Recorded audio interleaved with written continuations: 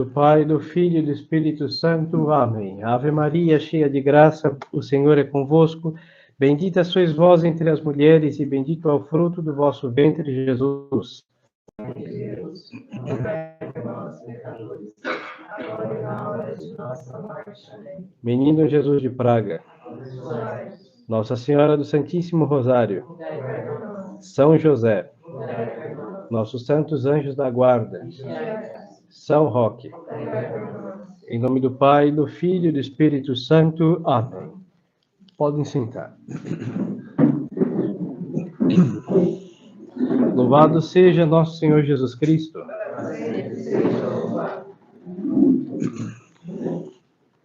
Estimadas almas, estamos no 8º domingo depois de Pentecostes. A epístola de hoje é de São Paulo, apóstolo aos Romanos, e nos diz o apóstolo: irmãos, não somos devedores à carne, para que vivamos segundo a carne.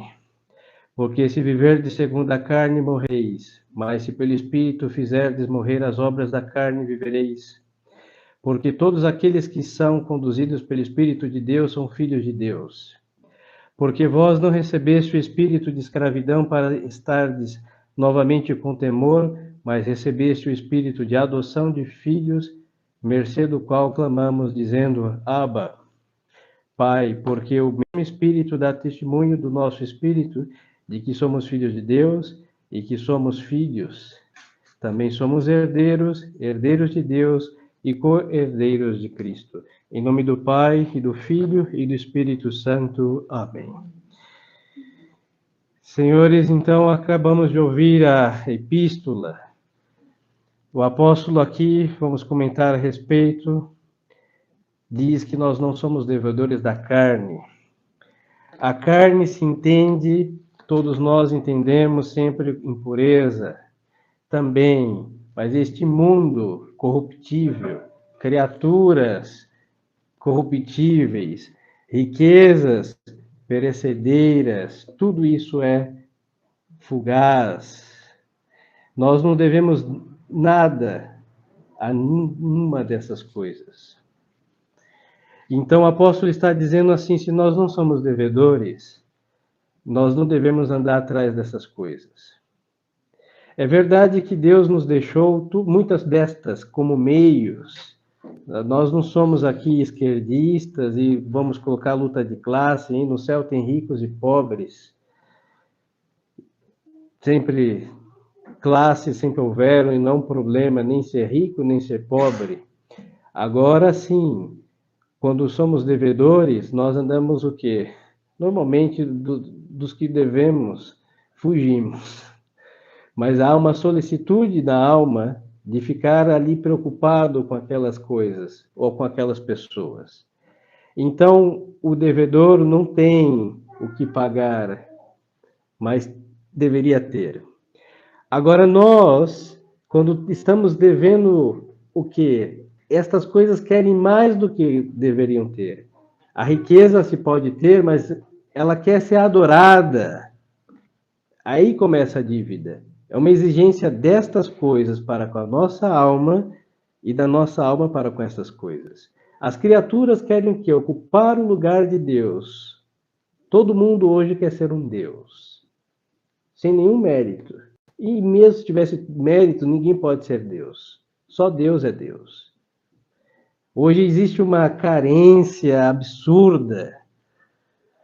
É uma atenção tal que nem o Santíssimo Sacramento tem e merece ter.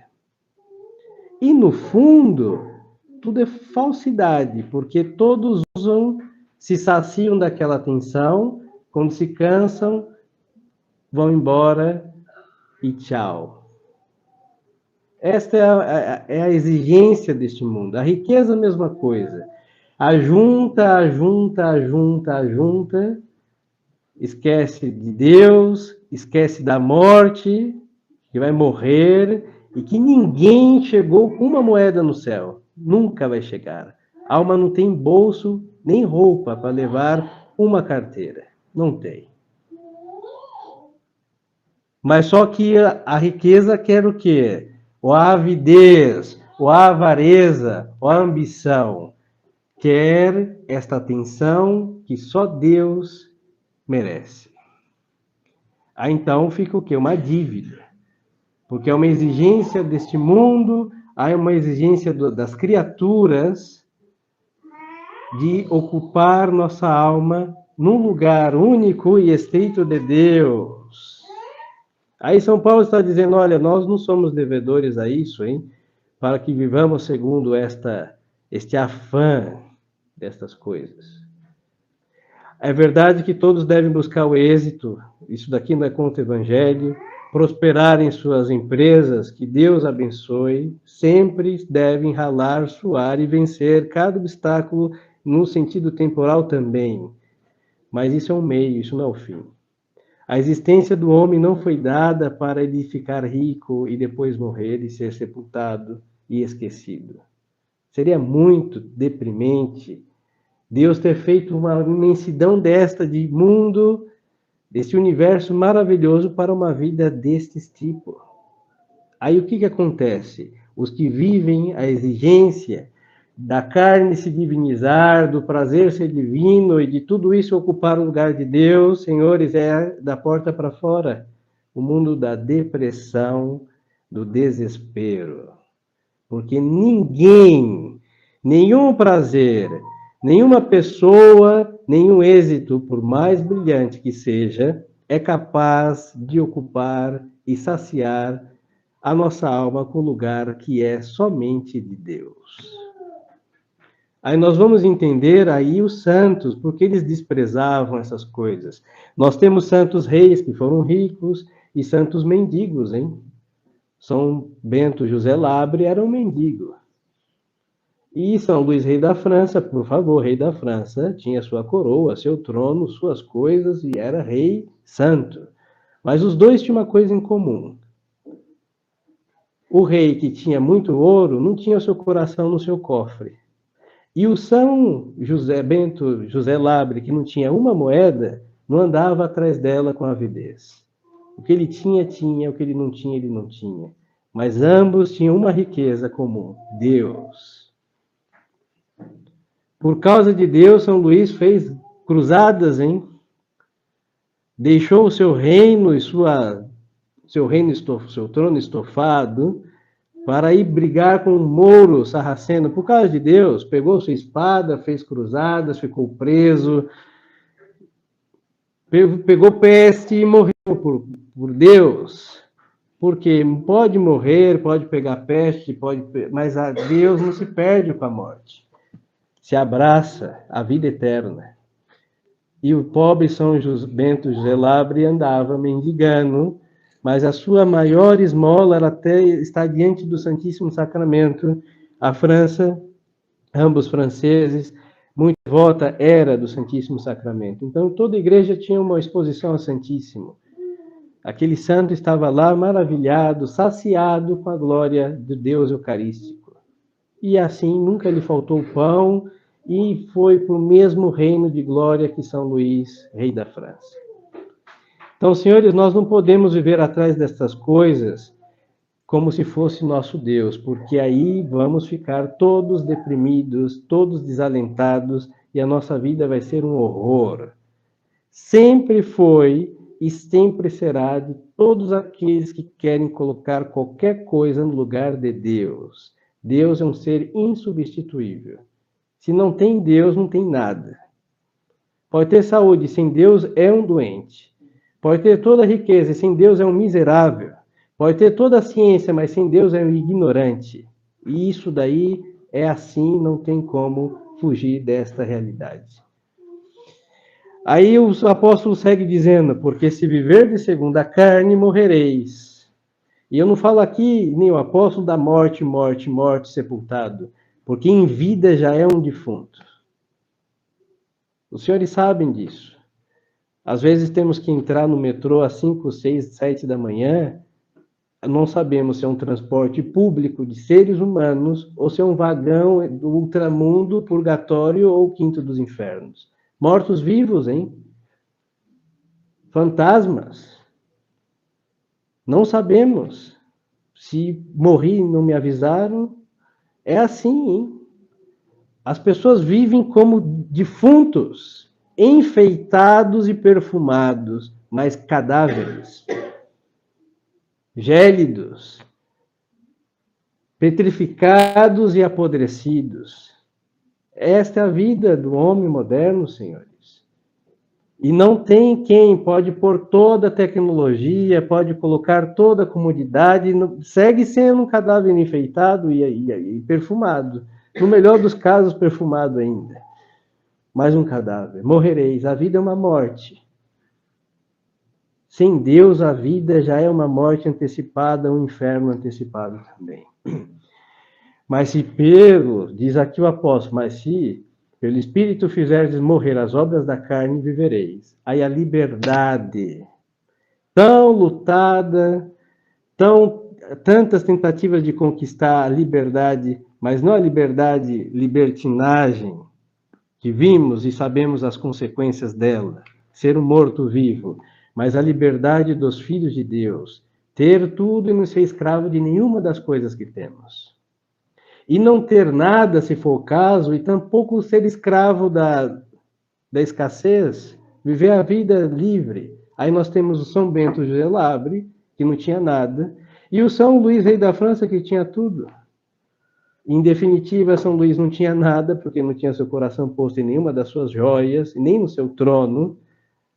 E o São Bento Gelabri não tinha nada e tinha tudo, Deus. E viveram a santa liberdade dos filhos de Deus. E isso, senhores, nos faz falta.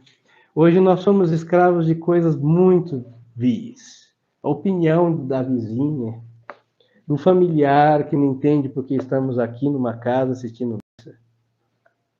Que satisfação nós devemos a essas pessoas? Pelo amor de Deus.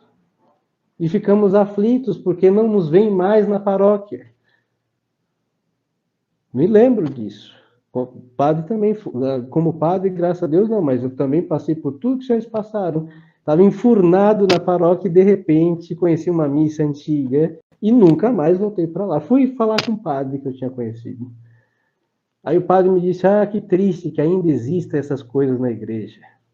Ele foi para um lado, eu fui para o outro e nunca mais. No juízo final eu verei novamente e veremos quem acertou. Mas é assim, senhores. Agora o que vão pensar? Não encontro uma palavra católica, fica-se o quê? Dane-se. Nós devemos somente satisfação à nossa paz de alma a Deus, nosso Senhor, a verdade, os 10 mandamentos, e é isso.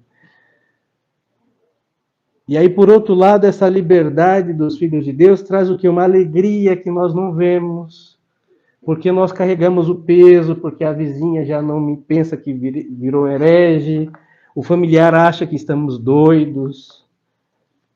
E aí ficamos com essas, meu Deus, eu sou o herege doido agora, estão pensando isso de mim. E não vivemos a alegria de estar numa missa que não foi feita pelos homens, foi por Deus. Não vivemos a alegria de estar aqui. Nós viajamos à Idade Média sem pagar um tostão. Nós vamos assistir a missa que o São Luís, que mencionei, assistiu, o São Bento Gelabri assistiu, que São Pedro e São Paulo rezou, e nós não vivemos isso. A comunhão dos santos e ver que esse Dominus vobiscum, um dia um santo disse, e um santo ouviu, e não, porque estamos presos a estupidezes humanas, a opinião do outro, o que o outro acha e está pensando de mim. Carne, corrupção, escravidão, esvaziamento do espírito católico. Aí se vivemos movido pelo Espírito, aí nós vamos viver livres de tudo isso. Porque vamos viver somente baixo a preocupação sadia de agradar ao bom Deus. E mesmo ele sendo um ser onipotente, perfeitíssimo, é muito mais fácil agradar a Deus do que agradar um homem, a um ser humano que é desmantelado, imperfeito, e que um dia vai morrer, porque Deus é simples e o ser humano é complexo. E na simplicidade do bom Deus, a nossa alma encontra a paz, e na complexidade do ser humano encontramos o tormento de tentar agradar a todos, não agradar ninguém, no final das contas ficar decepcionado consigo e com todos. Então, senhores, vivamos a liberdade dos filhos de Deus, e para isso devemos ser movidos pelo Espírito de Deus. É aqui de São Paulo. Aqueles que são conduzidos pelo Espírito de Deus são os filhos de Deus. E ele vai falar aqui, porque chama o quê? Pai, Abba, Pai. Ou seja, somos de Deus, movidos pelo Espírito de Deus, temos a vida de Deus, e a preocupação de um filho digno desse nome é o quê? Agradar seus pais. E sendo Deus nosso Pai, nossa obrigação é de agradar a Ele somente. E agradando a Deus, nosso Pai, nós vamos agradar também aqueles que são de Deus. Aí resolvem-se todos os dilemas. Quem estiver desagradado com a nossa conduta, desde que estejamos agradando a Deus, são pessoas que não são de Deus. Simples assim. E o que fazer? Rezar por elas, e a vida continua até chegar à eternidade, esperando que ela mude o seu gosto insano. É assim. Foi assim que a igreja pensou e fez, por isso a nossa fé nunca mudou nada. Foi assim que a igreja pensou e fez, por isso a nossa missa não muda. Quando pensaram em agradar aos homens, desagradar a Deus. É a missa. Aí tem para todos os gostos, desde o sertanejo ao afro, a missa feminista, machista não tem lugar, porque é patriarcalismo, então fica uma afetação daí para baixo, todos os gostos, só não tem lugar para a verdade, para a seriedade, para a contemplação, para o espírito católico. O resto tem para tudo. Aí o que aconteceu? Deus se retira. É assim. Então, nossa conduta é a mesma coisa. Devemos agradar a Deus. E os de Deus, repito e insisto, estarão também felizes. Estamos em perfeita sintonia de agradar ao bom Deus e nisso estamos unidos. E quem se desagradar com isso é porque não está unido e nem movido a Deus e ao seu Espírito. Simples. É o que São Paulo está nos dizendo nessa epístola de hoje.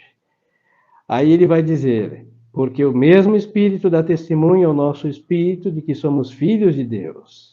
Essa insistência em filhos de Deus, movidos pelo Espírito de Deus. Então, ter a vida de Deus, agradar a Deus. Os homens ficam em outro aspecto, por via de consequência. Aí a caridade para com o próximo. Mas se não for por Deus, não tem sentido amar ninguém.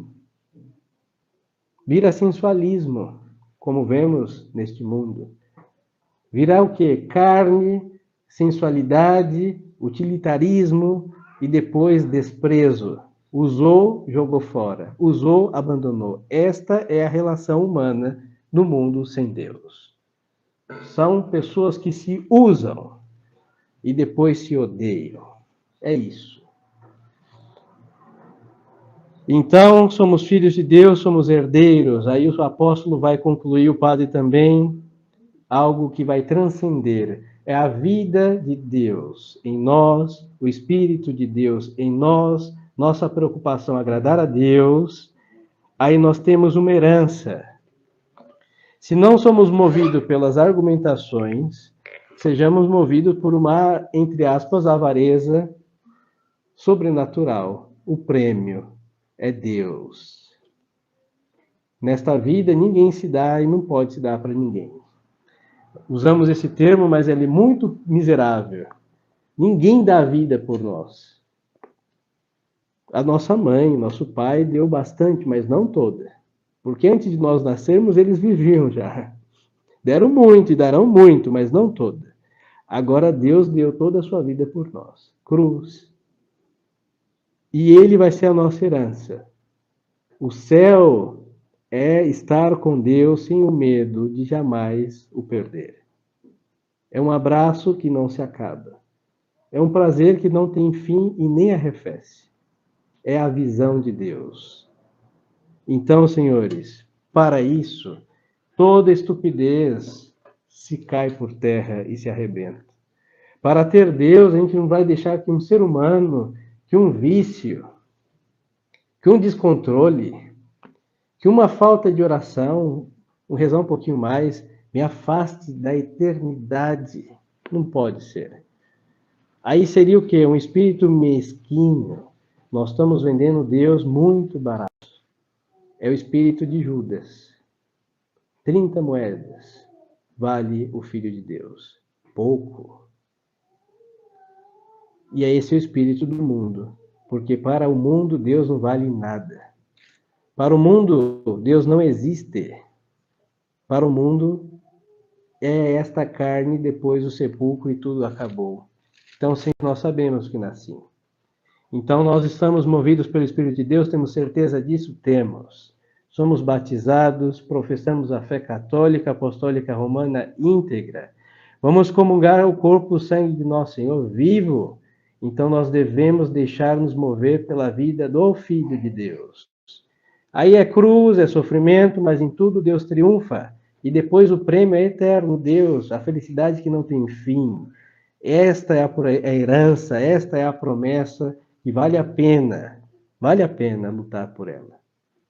Aí se tivéssemos um mundano, um racionalista entre nós, diria, padre, o senhor fala isso, São Paulo fala isso, vamos morrer, vai acabar tudo. Eu tenho certeza que quando morrermos, o ateu vai ver que Deus existe. E não vai ser tarde, ele vai poder gritar eternamente, Deus existe. Aonde ele estiver, ele vai gritar. Eu me enganei, rotundamente. Deus existe. O inferno existe e o céu existe. E os que são movidos pelo Espírito de Deus vão para o céu. Terão a Deus. E os que não vão para o inferno. E aí o ódio neste mundo será o eterno ódio a Deus. É o pecado mais grave que há, horrendo e terrível. Então, senhores, amemos a Deus. Deixemos-nos mover pelo Espírito de Deus. Tudo que se opõe a Deus deve ser afastado, removido agora das nossas vidas, por amor a Deus e a nossa pobre e única alma. Então, peçamos isso a Deus, nosso Senhor, nosso Pai, e a Santíssima Virgem Nossa Senhora, aos santos de nossa devoção, ao nosso querido anjo da guarda. Essa deve ser a nossa convicção constante e contínua, para não deixar nem as nossas misérias sufocar esta voz que clama a Deus nosso Pai, Pai nosso que estais nos céus. Louvado seja nosso Senhor Jesus Cristo. Em nome do Pai, do Filho e do Espírito Santo. Amém.